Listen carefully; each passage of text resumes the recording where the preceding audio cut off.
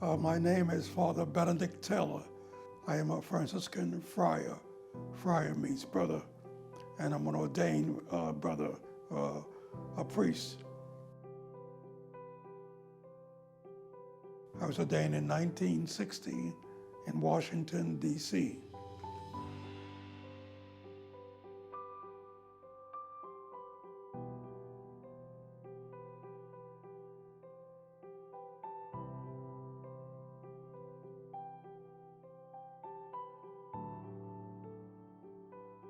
My name is Ralph Perez. I'm the co-founder and executive director of Create Incorporated. I have a doctorate in humane letters. I also have a master's in city and regional planning, and I'm also an affiliate of the Franciscan Order.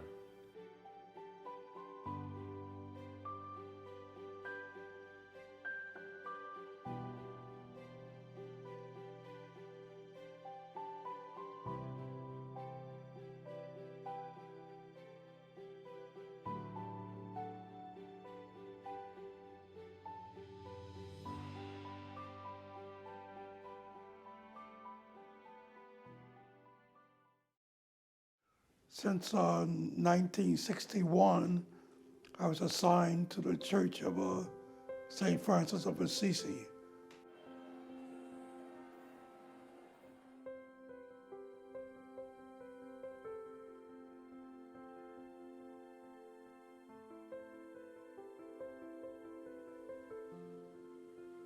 While I was stationed at St. Francis, I had many different duties as a young priest.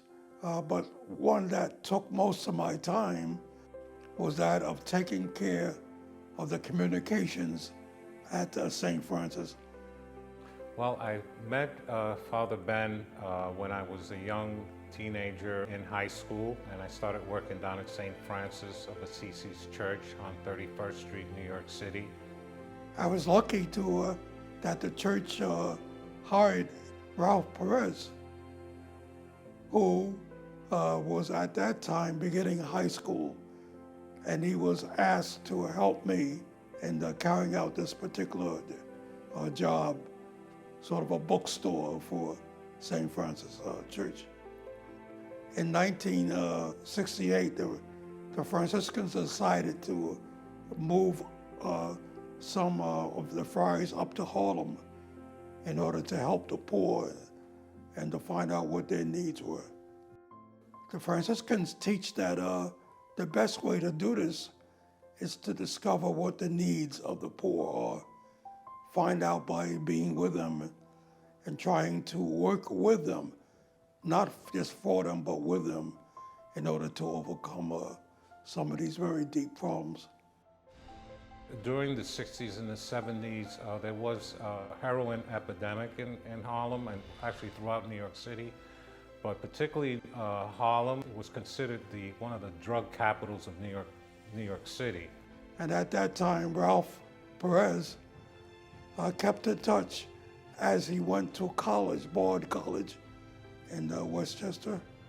He kept in touch with us friars and helped us during his breaks and other times in which he was able to spare time to assist us. And many of my colleagues and friends have passed away, had succumbed to heroin addiction. And I thought that while I was in college and when I graduated from my undergrad, I wanted to do something about it.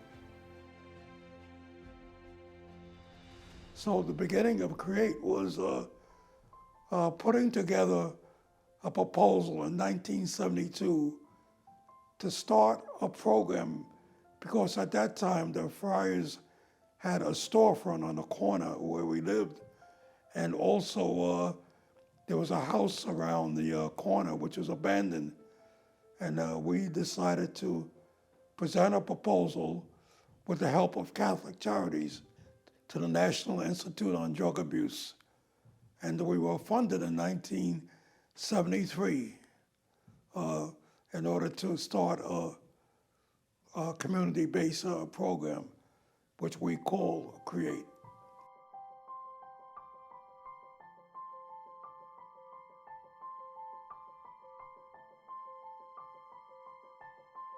We decided that by doing so, that would help the whole environment, which was very much a drug, for lack of a better word, infested by drug abuse, joblessness, hopelessness. And so one of the reasons why we called it CREATE was that this word create can be broken down to a chance to re-evolve a total environment. And the idea was, of course, by helping the people, we were helping the total system or environment or community in which we served.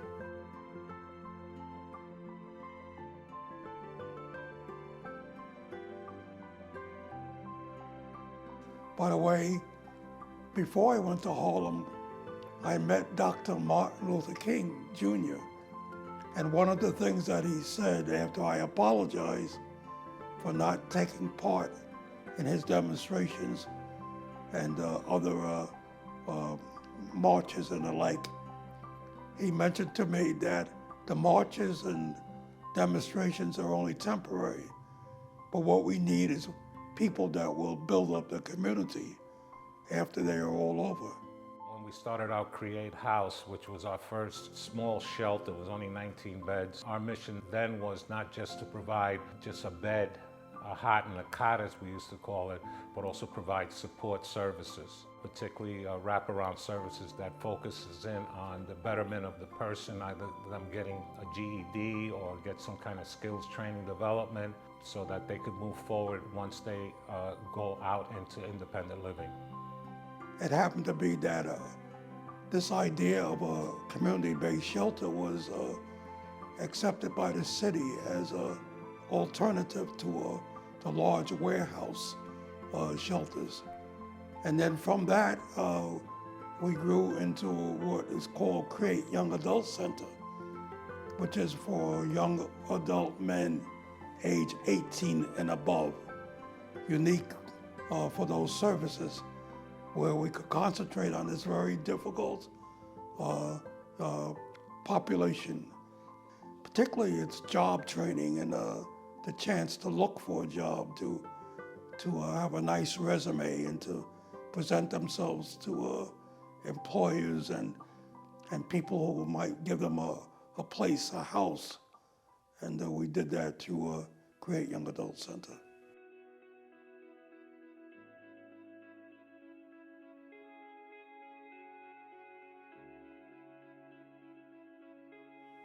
Well, the storefront was sort of a street-level outpatient program, and we try to provide as many services as possible in limited space. Once we received the resources, the outpatient program expanded to a multi-service, medically supervised outpatient. That is, became a clinical program which used a medical model that would treat the whole person, not just his chemical dependency. Our residential programs include the residential intensive drug treatment, which houses 48 beds. That provides not just intensive residential treatment, but also support services, which includes various wraparound services, case management, counseling, and also vocational counseling as well. The food pantry started because of the outpatient center, which was a very large facility that we used to feed our clients, give them a breakfast and a wholesome lunch. And the seniors of the neighborhood were very aware of that. At times we would open the doors to them, and such as at Thanksgiving and Christmas and other holidays. But we found out that they needed help every day. And so as a result of that, we decided to open up a little program for them, a senior citizen program, in which they could find not only a meal, but also time in which to spend while their children are in school or grandchildren, and be able to meet with other seniors of their age. Permanent supportive housing was one of our last developments that we did. It's a permanent supportive housing for young individuals and their families. It's rental subsidy for them, and we also provide support services on our program next door, which is our medically supervised outpatient. The main thing that it provides is hope, a life they can transition to in order to find independent living. The second thing is to believe in the inner goodness of the individual and support them to make sure that we're there with them in their journey through recovery. People with drug problems and joblessness, they have certain qualities that could be brought to life if they had the hope to do so. And so we started right there with them at that.